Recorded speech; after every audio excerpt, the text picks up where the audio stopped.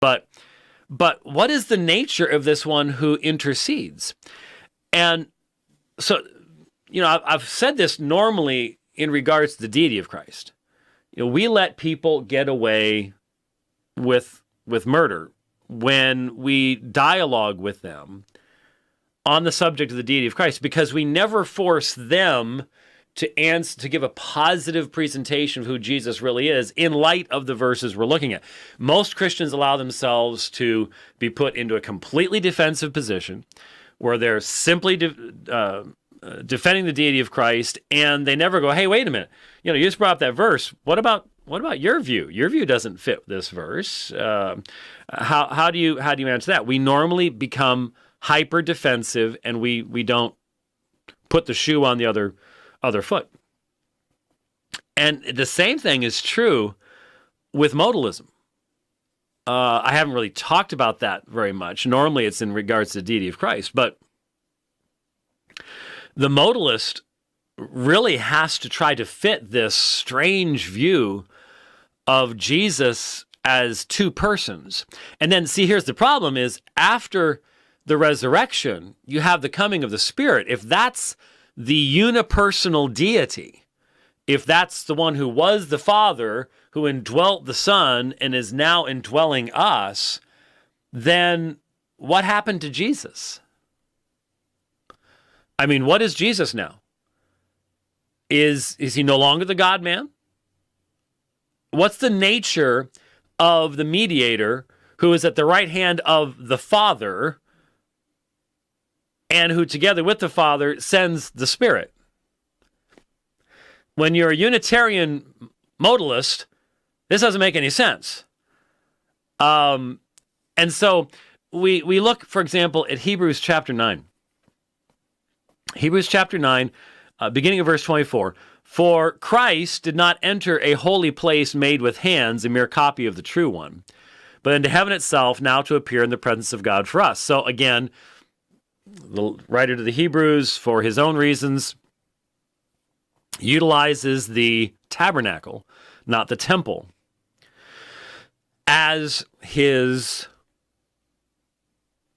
prototypical, his typology. So the reality is the heavenly tabernacle, of which the earthly is just but a shadow, a representation.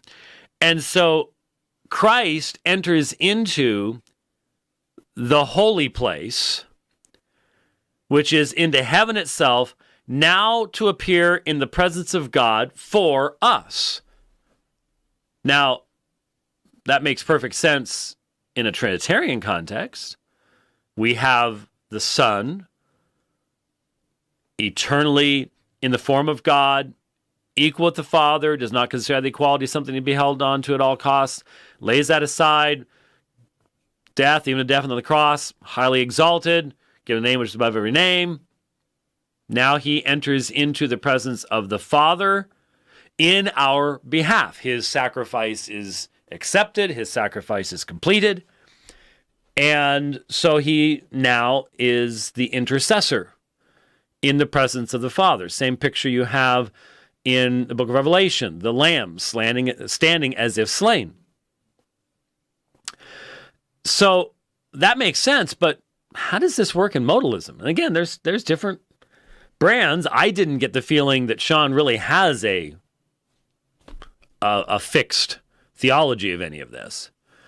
But who is this one who appears in the presence of God for us? If you have the idea that Jesus was two persons, the Father and the Son is only the human being, so is this now only a human being who stands in the presence of the Father? Well, how is he in the presence of the Father if the Father has taken on the role of the Spirit, and the Spirit now indwells us? Nor was it that he would offer himself often, as the high priest enters the holy place year by year with blood that is not his own. Otherwise he would need to suffer often since the foundation of the world. But now once, at the consummation of the ages, he has been manifested to put away sin by the sacrifice of himself. And so, again, this makes sense when we have a divine Redeemer who is truly divine, the Son. In classical modalism, the Son, in modern modalism, the Son is not divine. The deity that dwells in the Son, but the Son came into existence at his birth in Bethlehem. And I think, I sort of wonder if that's where Sean gets confused and actually was like, well, you mean Jesus hasn't always been in flesh? And I was really struggling. And I guess I made a strange face toward the camera or something. Either that or somebody photoshopped something. I saw a meme. I don't know. But I couldn't even follow what he was talking about. I've never heard anybody suggest that. Well, that's what Trinitarians have told me. Well, in all probability, that's what you misunderstood Trinitarians saying, not that Trinitarians actually said that. And inasmuch as it is appointed for men to die once, and after this comes judgment, so Christ also, having been offered once to bear the sins of many, will appear a second time for salvation without reference to sin to those who eagerly await him. And so the one who is coming is the one who will appear, who is the one who once offered himself to bear the sins of many.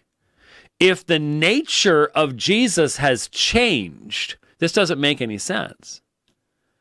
Because very clearly, the one who will appear a second time for salvation without reference to sin, to those who eagerly await him, is the same one who had been offered once to bear the sins of many. If somehow Jesus has gone from being the God-man to just simply a man, then there is no second coming anyways. Even if you put it off to AD 70, it still wouldn't make any sense, which is, using the preterist thing. So there's just so many, there's so many problems when people try to argue that the doctrine of the Trinity is just some later accretion or something along those lines. They don't seem to realize the doctrine of the Trinity is what makes the theology of the New Testament. It's what you cannot connect the gospel and its effects with the nature of God without the doctrine of the Trinity. The gospel is Trinitarian.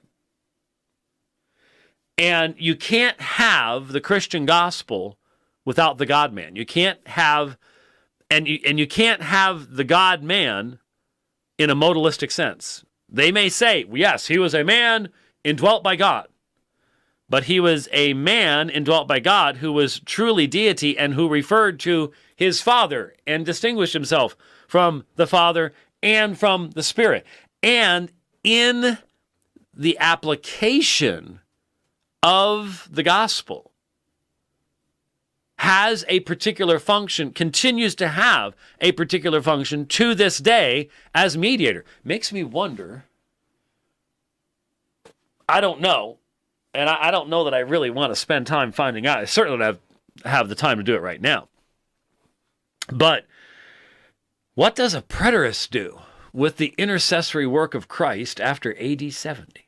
I don't know. But for Christians anyways, it's a beautiful truth. It is a vital truth.